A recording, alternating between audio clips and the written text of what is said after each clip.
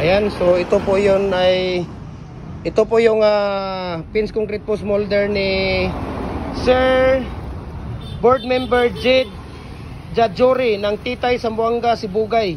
So ito po ay tapos na. Okay. Yung dong, ano niya na muna doon dong. Ito po yung order niya. So 2 sets of 4x4 by 8 feet na pins concrete post molder natin at dragon fruit post molder natin. Ayan. So thank you so much sa kay board member Jed Jajori ng Titay, Zamboanga, Sibugay. Ayan, so ilagay niyo muna. Hanapan niyo ng baba sa 8. 8. Ang kanang kuan? Diriyo. Ito. Diyan oh. Ayan. Ayan, diyan lang oh. Pwede naman na di ako do. Diyan. Okay.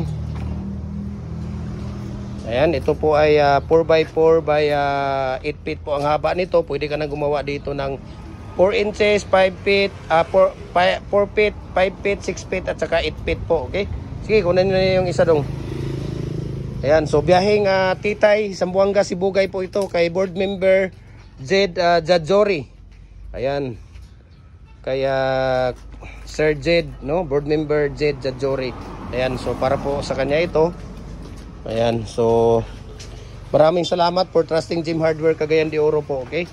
So sana ay mag-follow po kayo sa ating personal Facebook account, Felix Tan Pagikan Jr., yung ating YouTube channel, Jim Hardware ang Kukulamber, Jim Hardware ang Kukulamber Concrete Products, Balulang Branch.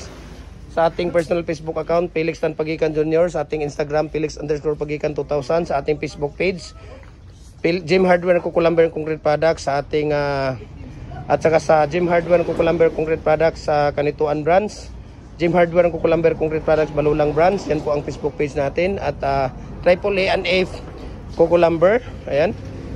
So mabuhay po tayong lahat, no? At God bless po sa ating lahat. Okay.